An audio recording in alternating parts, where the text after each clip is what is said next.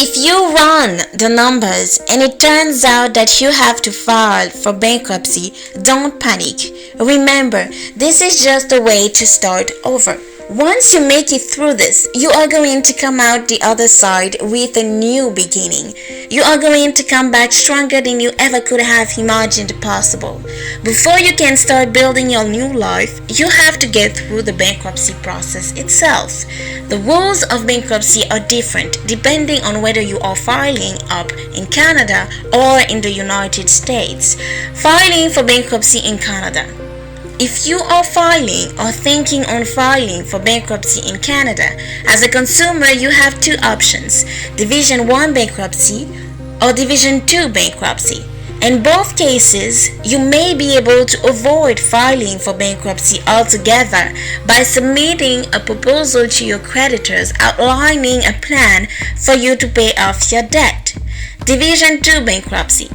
Division 2 bankruptcy is for individuals who have less than $250,000 in debt, not including the mortgage on their primary personal residence.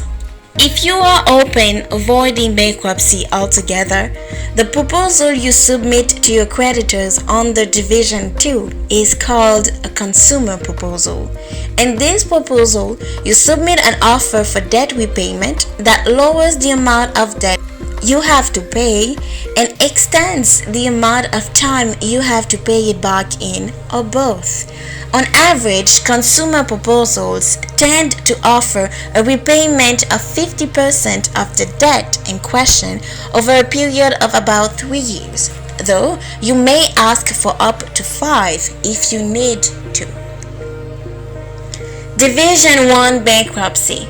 Division 1 bankruptcy is for individuals or companies who are more than $250,000 in debt, excluding their primary personal residence.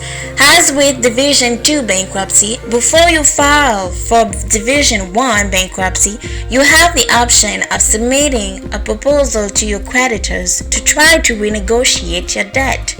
In the case of Division 1 bankruptcy, however, the proposal is called a proposal to creditors rather than a consumer proposal.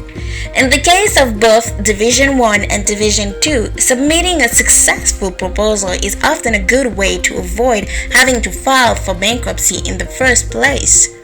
However, your creditors have the final word. If they aren't happy with the proposal you have submitted, they can vote it down.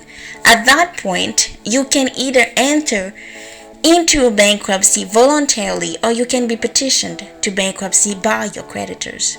In Canada, a bankruptcy will stay on your credit for 7 years after the first time you file. If you file again, it will stay on your credit for 14 years. Filing for bankruptcy in the US. In the United States, the rules for filing for bankruptcy are different. There are 4 different types of bankruptcy, but only 2 of them applied to individuals. You are either going to file for Chapter 7 or Chapter 13. You need to know the differences between them so that you can choose the option that is best for you. Your first option is Chapter 7 bankruptcy. This kind of bankruptcy is also called straight bankruptcy because it is the simplest form there is. Basically, Chapter 7 bankruptcy just eliminates all of your unsecured debts. Your assets are liquidated in order to partially pay off your creditors. As far as long-term goes, a Chapter 7 bankruptcy will stay on your credit for 10 years and you probably won't be able to get a mortgage for at least 2 years. The other bankruptcy option you have as an individual is Chapter 13. In a Chapter 13 bankruptcy, your debts aren't eliminated completely. Instead, they are consolidated into a payment plan. The payment plan usually covers a period of 36 to 60 months. A Chapter 13 bankruptcy is a little easier on you in the long run.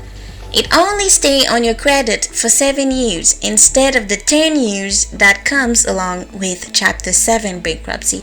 Creditors like to see a Chapter 13 more than a Chapter 7 because it shows them that you are trying to pay off your debts. You will also be able to get a mortgage right away instead of having to wait 2 years first.